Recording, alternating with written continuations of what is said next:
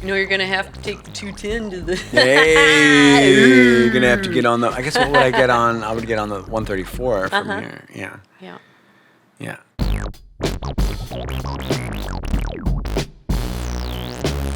Hi, my name is Liz Tooley, and this is the Independent Blueprint Podcast. My first guest is my friend Fred Armisen, actor, director, musician, performer. You know him from things such as Saturday Night Live, Portlandia, Documentary Now, Fallout, Wednesday, and so much more. So without further ado, Mr. Fred Armisen. Okay, so maybe we should talk a little bit about what you've been doing lately. What's going on? You just got back from Ireland? I got back from Ireland, and I was working on Wednesday, season 2. That's so cool. That's such a good show. It's so good. Thank you. I'm not that I created it, but... It tickles my goth bone. It's, like, so good. It's, like... Yeah, they get pretty gothy. Right? I love it. I mean, you'd figure also that with Tim Burton involved, Right. it would go there. Yeah. But I loved it. It's just one of my favorite... I can't even believe I'd call it a job, but, Right. like, my favorite projects ever. Wow. And... I think, you know, the momentum of it, like it had confidence going into the second season because Right. Because there's they're like like, fans. oh yeah, this went well. Yeah, we are ready. Yeah.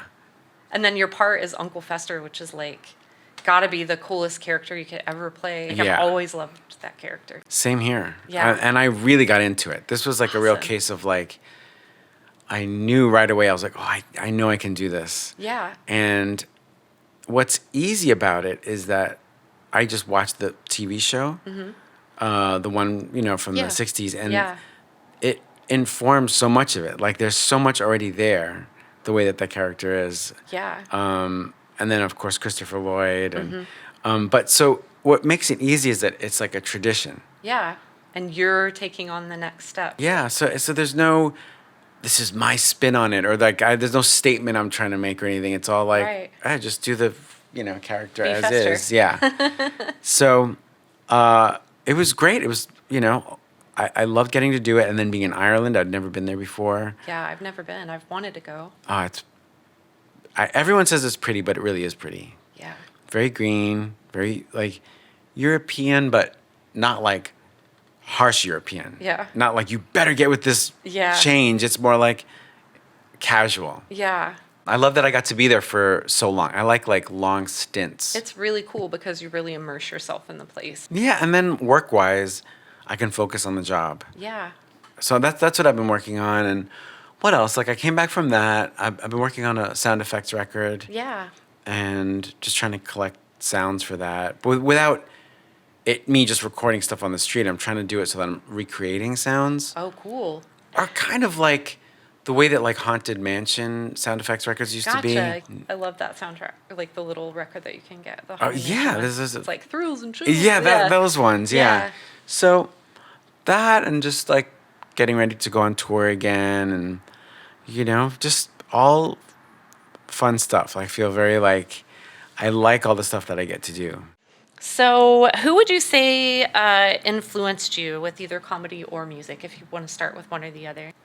Going back to like when I was a teenager, because I feel like that's when things start to happen. Yeah, as far and as that's like when you get a lot of influence. yeah, and you see it as like, this is a hero. This is someone I want to be like. For me, it would be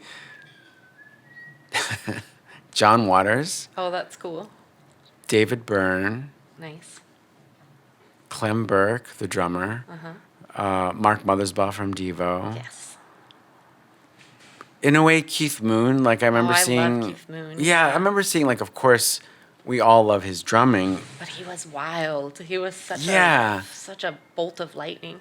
Like, his personality, something in there was like, when you're a kid, you're like, you'd see him dressed up as the Queen or whatever, and you're like, who is this guy? Yeah. So I think somewhere in there, and I guess when I was like a really little kid, I like Lon Chaney, you know, the silent film actor. Yeah. But that's basically where I was at. I was such a Devo fan and a David Byrne fan that somewhere in there existed like the idea of like, what can I do with my life? Who do you think is your favorite person to work with on SNL? Like your favorite collaborator? When I was there? Yeah, when you worked there. It's gonna have to be a couple because there's. Yeah, I know. lo- It's like trying to because- nail down your favorite record. Yeah, or something. and also because there were different reasons for working with different people. Right. And so that if I say Bill Hader, which clearly we work together a lot, Yeah. at the same time, I'm like, well, I had some great times with Andy Samberg and Yeah. Kenan Thompson and Yeah. Kristen Wiig. You And, had such an incredible cast to oh, work with. So. the best, I had great times with everyone. And I don't mean it to sound like a political thing of like, well, everyone's equal and we No, all, but I and we feel all, like- but that group, I had great times with Jason Sudeikis. Everyone there was like, loved getting to do it. Yeah. I got really lucky. Yeah. I remember feeling lucky at the time because I didn't have a sense of, because now when I hear about SNL in general, I never thought of anyone's sketch as someone else's sketch. So for example, if I wasn't in somebody's sketch and it was a huge hit, never did I think of it as someone else's sketch. I was Right. like, oh, it's the show that I'm on. Yeah. Oh, we And had a that's- successful skit. Yeah, we had a successful episode or whatever like that. So That's so cool. It- I never it- thought of it that way. yeah, But yeah. I just remember that feeling of like, oh man, Andy had a great show, Yeah. which means I guess we all had a great show. Yeah. That's so cool. Oh, I loved it. Well, when you're working with each other and with friends like that, you probably are influencing each other heavily. You're just feeding off Totally. each other and stuff too. So it is kind of everybody's energy that's brought there. Yes. Who are your favorite comedians right now? Do you have anybody that comes to mind? I'm a big fan of Tim Heidecker. Cool. And even though we're friends, I still am a fan of his. Yeah. I really like Julio Torres. I don't know him. What does he do? He's got a show on HBO right now, and I worked with him on this show called Los Espookies. Yeah.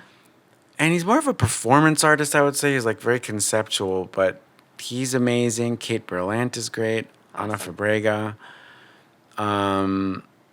Jacqueline Novak. And I really am a fan of the current cast of Saturday Night Live. Yeah, it's Sarah a really good and- cast. Heidi this year has Gardner been and great. everyone on there. They're just Yeah. really great. And I love new cast members. I just like this. I like watching them, find a new voice. I like all that stuff. It's like an exciting time for them to just in the beginning when it's so much pressure built up and excitement and just like Yes. I love that. Yeah. And I love audiences getting to know them, and Uh-huh. it's the best. Hey everyone. I'd like to take a minute to tell you about a project I've been working on called Beyond the Fur. It's a cat comedy show, and if you like comedy and cats, you should check it out. You can help support us by checking out our merch store and picking up some sweet cat merch. And then head over to our YouTube channel and check out our latest episodes. Looking forward to seeing you there. Now back to the show. I'm very drawn to cats. Yeah. They just seem intelligent or otherworldly or something. Yeah. Plus they have cool faces. Like Yeah, they have really cool faces. the face design, someone did something right. Yeah. It's like aerodynamic. It looks like Yeah. it's built for speed, but also for cuteness. I know, isn't that funny? You know what I mean? Like- yeah, you're totally right. It's like, There's like a pointiness to them. and it's weird because they can fit their heads in all sorts of shit. Yeah, it's yeah. so weird. Like if their head fits, their body will Yeah, fit. yeah. So when you watch people and it's like a cat sliding under a door, you're like, what the fuck is I going know. on? It's nothing to them. How does that happen? Yeah. And they're extra soft, so Yeah. there's this appeal to just physically touch a cat. I wonder if there's cat-themed bands. There's Cats the Musical. There's Cats the Musical. But there needs to be more of a cat-themed band Yeah. that does it a little more seriously. That not just cat costumes. I'm saying Like songs about cats. songs about cats and living it. Uh-huh. Really in the way that there are bands who celebrate surfing and surf culture. Yeah. A band that seriously Celebrates. cat culture and not being cute about it. Just being more Yeah. this is the cat world. This is a song about this kind of cat. I wonder if it could work though without being funny, because everybody's gonna laugh at it, even if it's serious, That's true. because it's a topic. But if metal bands can do it with death, Right? Why can't we do it with all you cats? need is an album. How, there's got to be a serious approach to We it. gotta work on that. Yeah. That's Yeah. a gold mine right Yeah. there. Cash cow. with Cash Cat. Cash Cat, yes. But like just making sure to like sort of, keep it for cat fans. Right. So it's not just like, so it's not too cutesy. It's like, why would she knowingly walk into that wet water? It's like maybe humans are too lazy to lick themselves. No, but like, maybe she's cleaning her fur. No, mouse for brains. She doesn't even have fur. Or like, what if she's training for one of those days when she has to go hunt in the rain? Whoa. I wonder if someday she's going to teach us how to do that. Ugh, I hope not. I'd rather eat dog food than get wet.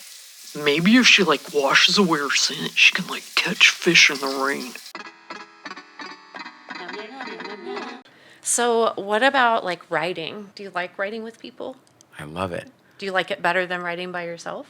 Definitely. Yeah, I kind of like that too. I like the co-creation that you get from someone when you're just bouncing stuff off each other.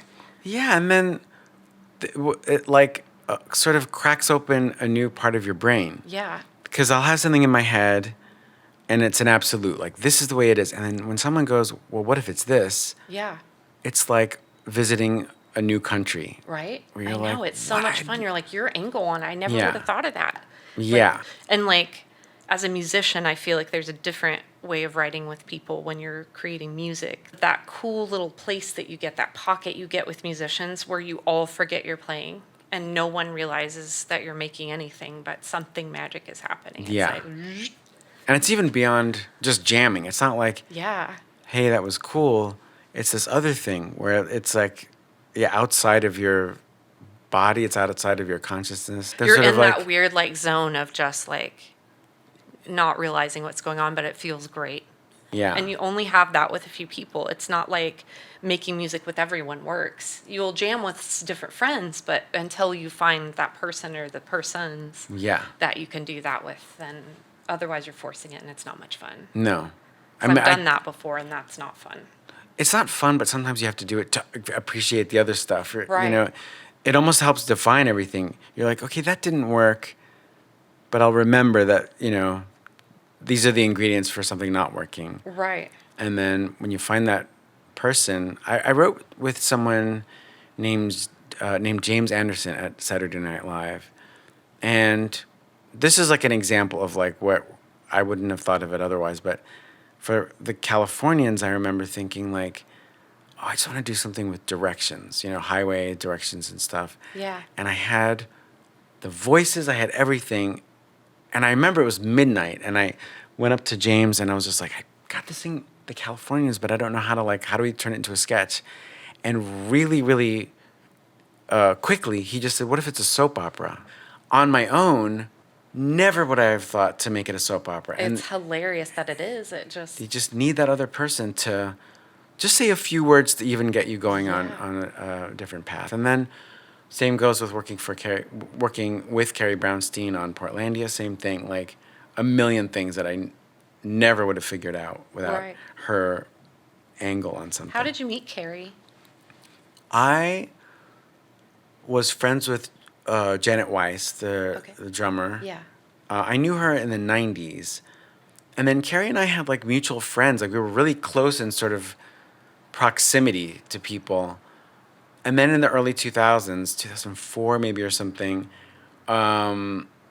we were sort of writing to each other. And I saw her at a comedy festival in San Francisco. We met. And then we met again at SNL at an after party. Slater Kinney had just played, and I invited her and Corin to the party. That's so cool. Yeah. Was that around the time of The Woods, that album? A little before. Maybe a little before. A little before. I love that album, by the way. That knocked me out. That's a killer. And I saw them live on that tour at the Empty Bottle, very small, and it was outstanding. Incredible. Yeah. Their voices and... Yeah. So right away, we just sort of got along. Like, there was like a real feeling of like, we're going to be friends and we're going to work together. And then we did. You did the Late Show with Seth Meyers for a while.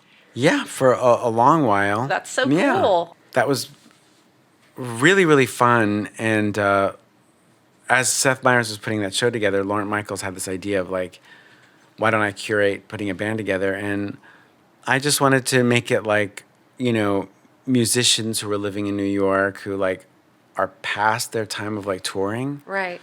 And And so you had Les Savy Fav, a couple yeah, members yeah, of and Les Girls Savy Against Fav. Boys. That's and so cool. yeah, just to kind of like, it made sense in that point in their career. Yeah, because they're going to be in town, they're going to be Yeah. around, they're not touring as much. It's kind of important when you're nailing down like a house band. The sound too, like the sort of, I guess I would call it early 2000s, 90s sound. Yeah. Oh, I was going to mention you had Marnie Stern play with you. Oh, yeah. And I love Marnie Stern. And when her first album came out, she came to the shop to play. And we'd had probably 100 bands play at that point. She is the one that blew out everything. She blew out our speakers. She blew out the Oh, you mean blew out, like, blew physically? the fuck out of it. She blew it all up. Yeah. It was incredible. It was such a good show. And it was just like her and a drummer and a bass. That was it.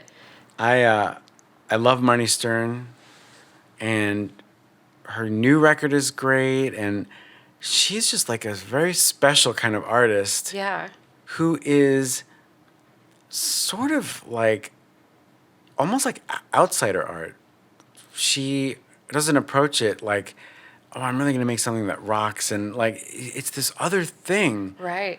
that she has. Not that you need me to explain what's great about Marnie Stern, but I just have never experienced another artist like that who's Yeah. so original and comes at it from just like this need to make this music. Mm-hmm. God, she's great. She's really good.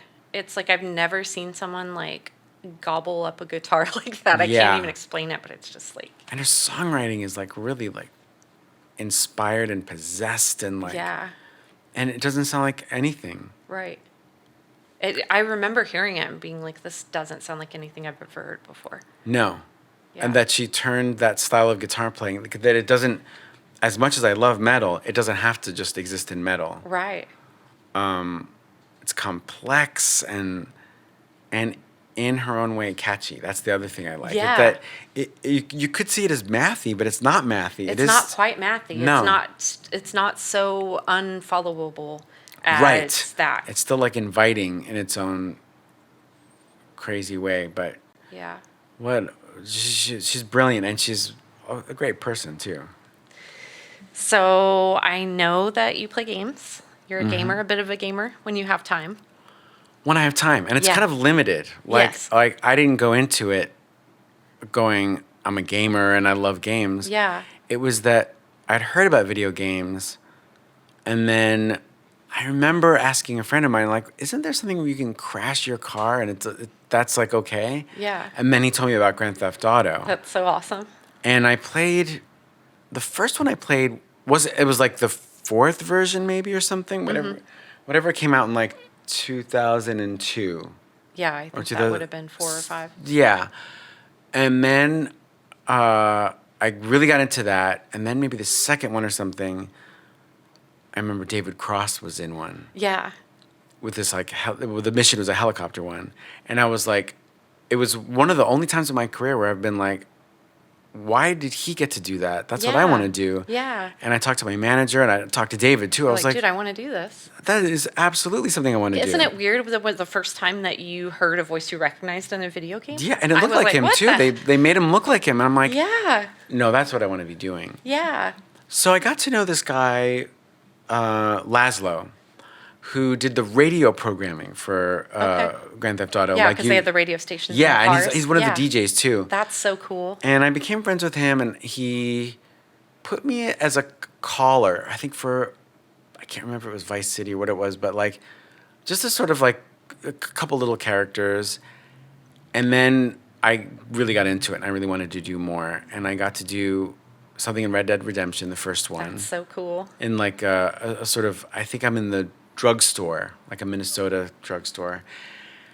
And then I really got into it. And then for the second Red Dead, because by the way, as a gamer, as someone who plays these games, I loved Red Dead Redemption. I know, it's the hugest game too. I was so surprised at all the people that were really into Red Dead Redemption. I didn't have a clue until the second one was coming out. Everybody was streaming it on Twitch. It was just such a huge success. It's People it's still emotional. Do. They love it's an it. emotional game. Yeah.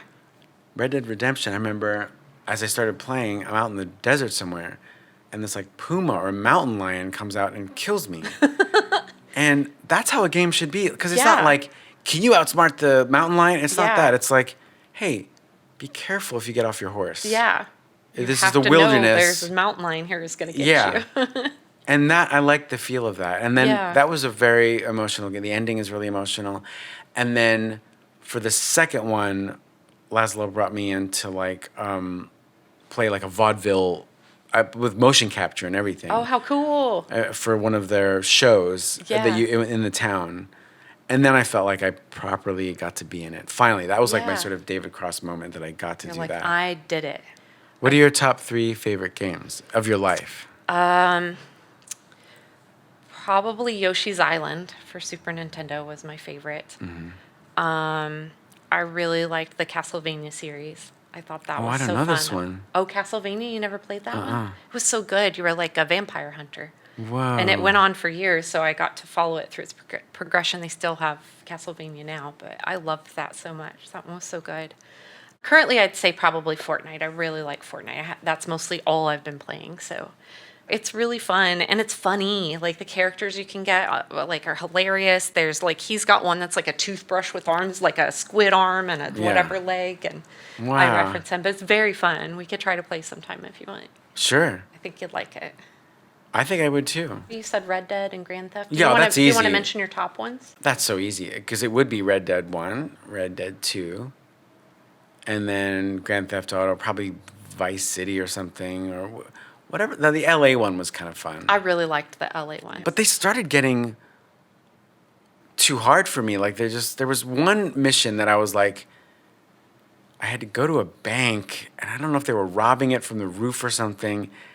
And all of a sudden I was like, hey, I cannot do this anymore. Yeah. I kept like going back to my home base and it's just frustrating when you get to that point in a game. Yeah. Or if like after the 10th attempt, they're like, look, it looks like you're having trouble with this one. Yeah, let's move you on. Let's move you on. We'll come back to it when you're better That's such a good idea.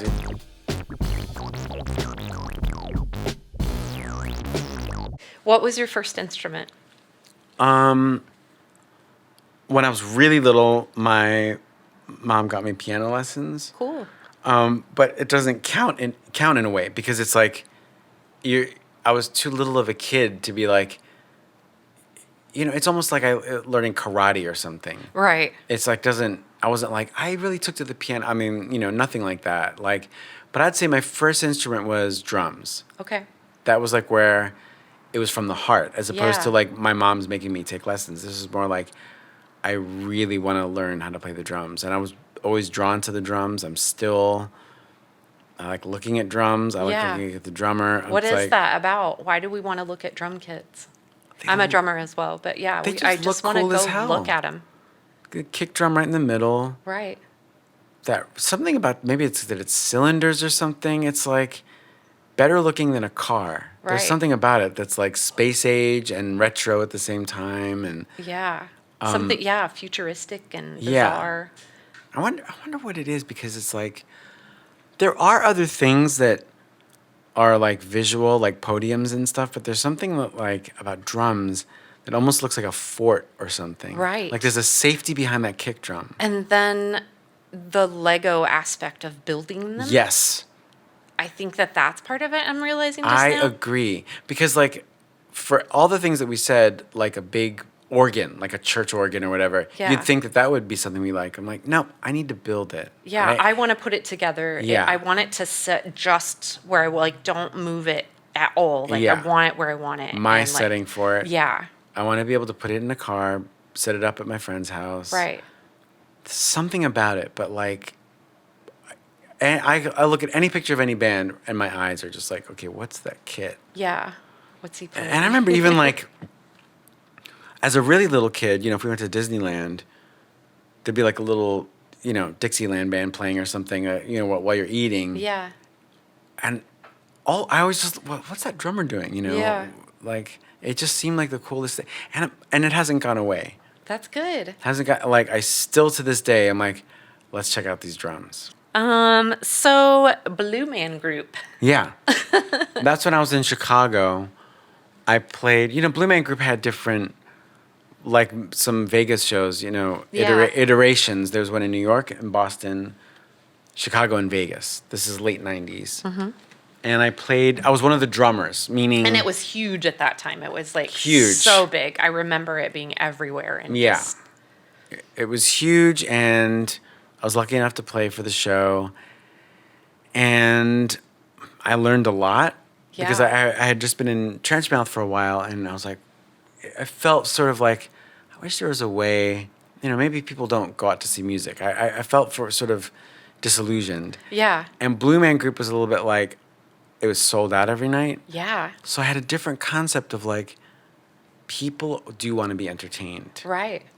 So I just kind of learned from that like there is an audience out there Yeah. wanting to see what could be considered sort of abstract art. You know? I love that it's percussion specific too. Oh, yeah. Like that's gotta be like a drummer's dream to be a part of something. Oh, like man. that. Like It was like the drumming was relentless, and I loved it. Oh, my God. Huge kit. I'm not even a huge kit person. yeah. But it served the show. We were sort of like positioned above the stage. Yeah. Lit by black lights, and man, it was a real education. Did you have to get blue? No, there was like we were painted different colors, like a sort of stick. We were sort of had stick figures painted on us, Okay. in different like sort of pink and yellow and stuff. So while the Blue Man Group are playing, we're sort of above. That's so cool. And you're in a black light, so you're just yeah, like moving and it's like the these stick figures are skeletal. moving. Yeah, it was That's so fun. really, really great. It changed my life, and Is that something that you wanted to become a part of and you pursued it, or did it it's just kind of happen? like it's more like I was at a real like conundrum of what I was going to do with my life. It was like, how do I make money? You know, Yeah. making music, and it was like the first paycheck that I really got. That's that was so like cool. a work paycheck. And Thanks, Blue Man Group. Thanks, Blue Man Group.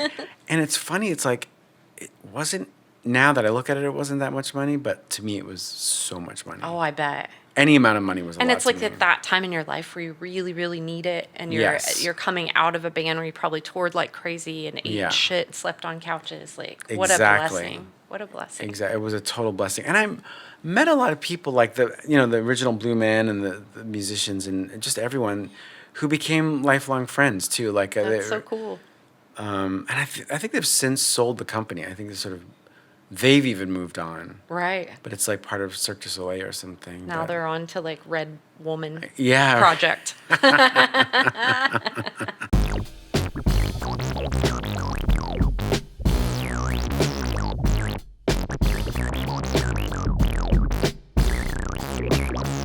Records, you're a record collector. Yeah. Is that what you are? Is that how we say that? Should we say that? Record collector? It's We're funny because, kind of like- librarians. Because it's like that is Sorts. what it is, and sometimes the connotation is that you buy records only for their value. Right. There Which is that. People are like, oh, it's like the most pristine copy. Yeah, It's like not interested near in that. mint, blah, blah, blah. No, Yeah, I've not never interested in been that that. way either. Anything that's rare to me is not like rare on the books. I Right. mean more like rare that I've had a hard time finding it. Right. So Or something you've coveted for a while. Like you really want this thing and you get it and you're like, oh my God. like finally, Yeah. here it is. So whatever it's called, I buy records all the time. I buy CDs as Cool. well when I travel because they're easier to travel Yeah. with. But now I've been doing it. The way I've been collecting records is sometimes as a memento of a place I've been to. So if I go to Super like cool. Denmark, it's like, what is some Danish music? What is some Danish music from the 80s? But it's like, I keep it sort of like, I want to know about what happened in this country. Yeah. In Chile, I remember I bought a bunch of stuff. I bought some Chilean folk music. Cool. And it's kind of stuff like that. Some of it, sometimes I get a record because I like the cover. Yeah. I'm like, what is this? Yeah. Because it'll be intriguing. Yeah. And then there's also like revisiting my memories. So I'll be like, oh my God, I forgot about this band. I used to Right. love them. I like rebuying stuff like that. Yeah. Some stuff I do as a sort of completist. I did that for a while with Light in the Attic records. I was having every single one of them that I could. There was also this Mississippi record label. Do you remember that one? Yeah. They used to do really cool covers, so I was very much about getting every single one. Yeah, they were similar in that way. Like that's just like something you want to do. Yeah. So that, yeah, whatever that's called, that's what I like to do. And then I like the classic new record out that I want to get.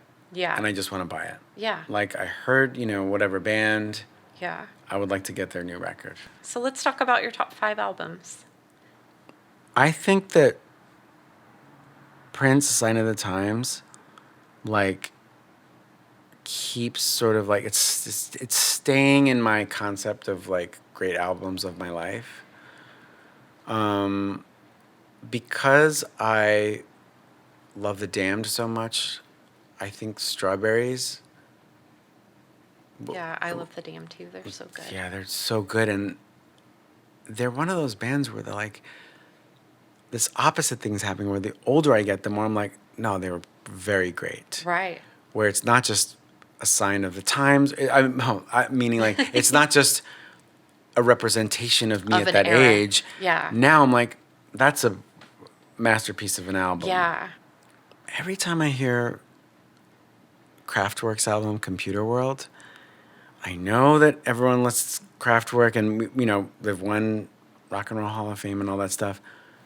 But when that record comes on, it has this new thing where, like, it sounds better now because it's so digital even at the time. I was going to say it feels more, it's in the right place now. Yes, it's in the right place, like a It's in the right transistor place radio. now, yeah. Where if I played it on my phone, I think I'd be able to hear every part of it. I'm not missing. There's no bass part that gets lost. I'm like, it's all there. Yeah. I think I'll always have a soft spot in my heart, and this is more about age and timing and like sort of waking up to what music is. But like, I think Paul McCartney, or actually Paul and Linda McCartney, Ram. I hear it and it does something to me. It reminds me of my childhood, and I like what it represents, that a Beatle got super experimental and Yeah. weird, and like It's super strange. it's a strange album. Yeah. And because of that, I like how like this guy was had the height of this band, and all of a Right. sudden like It's like, I'm going to make this weird ass album. Yeah. Based on stuff that I like right now, or what I'm feeling or learning or taking. yeah, and that the artwork is like on a farm and stuff, like Yeah. it's like so the opposite of sweaty. It's the true. opposite of like I gotta prove myself. It's a little Yeah. bit like it's like really being in someone's It's comfortable. yeah. So Yeah, somewhere in those albums, and then like I feel like if for me like I think there was a real turning point with Sandinista from The Clash, that it was a triple album. Yeah. And like my lesson is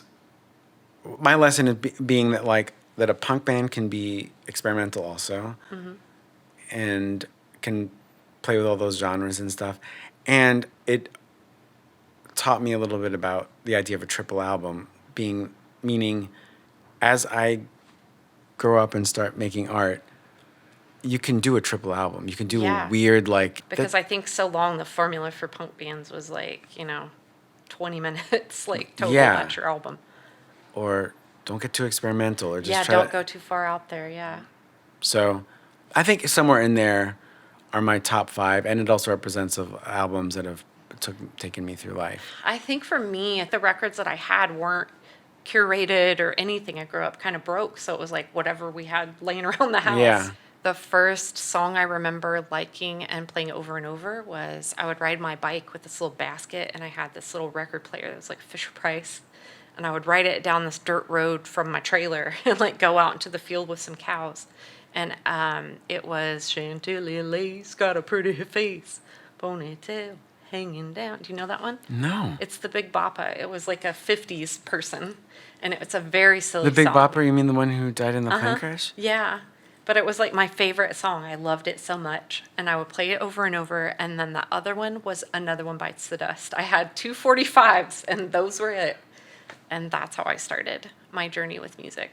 Wow. That's a good first couple of records.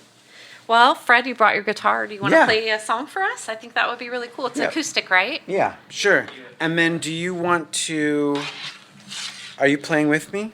Oh, I just planned for you to perform today, but I would love to. Let's talk about it after the show. Oh, okay. What kind of, I could do, let's see. I do fake bands, you know, Oh, like I love that. so there's a couple fake bands that I've done. One was for documentary now called the Blue Jean Committee, which is like a Oh, I remember 70s them. Yeah, that was so good. soft rock kind of thing. Then for SNL I did a couple of punk characters. One is Ian Rubbish, who was like pro Maggie Thatcher. He wrote some songs for her. I remember. Yeah. Bandmates were razzing him. So it's up to you, whatever. Or there was like a hardcore punk guy I did for like a wedding I love sketch. that one so much. Do that one.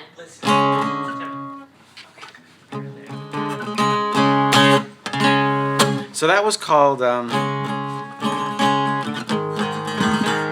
Fist fight in the parking lot.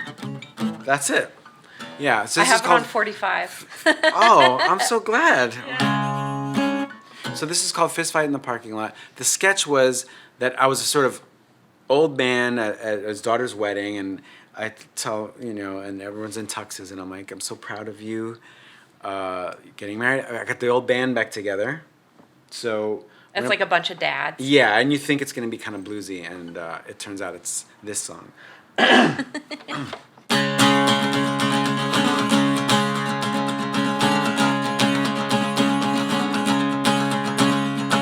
When Ronald Reagan comes around, he brings the fascists to your town. You think it's cool to be a jock,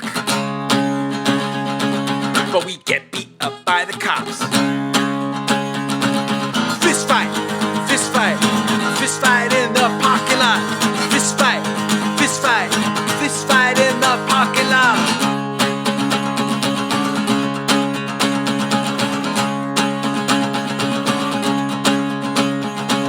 Corporations want your cash.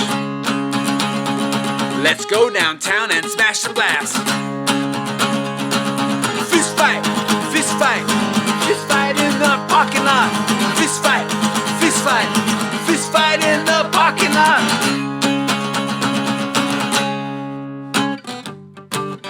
I love the breakdown here.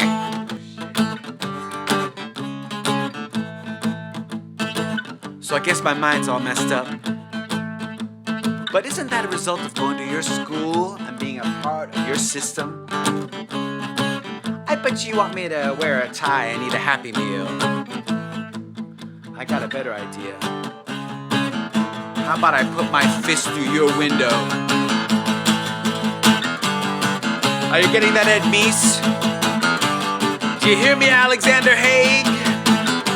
Sounds like there's gonna be a... What do you think for fist fight? Fist fight, fist fight in the parking lot. Fist fight, fist fight, fist fight in the parking lot. Woo! Thank you. That was so good. Thank you, guys. That's exactly the song I wanted to hear. I'm glad you I'm brought so it up. glad. It Good. really is. Hey, so that concludes this episode of the Independent Blueprint Podcast. I've been your host, Liz Tooley. If you guys enjoyed the program, please like the video and subscribe to the channel so you don't miss the next one. A big thanks goes out to Fred Armisen for stopping by the studio today. Be sure to catch him when he's in a city near you. He is hilarious. He usually does a one-man thing that's quite amazing, and it's family-friendly. Also, big thanks goes out to Aber Halim for his fine production skills. We hope to see you guys on the next Independent Blueprint podcast. Until then, stay independent, you guys.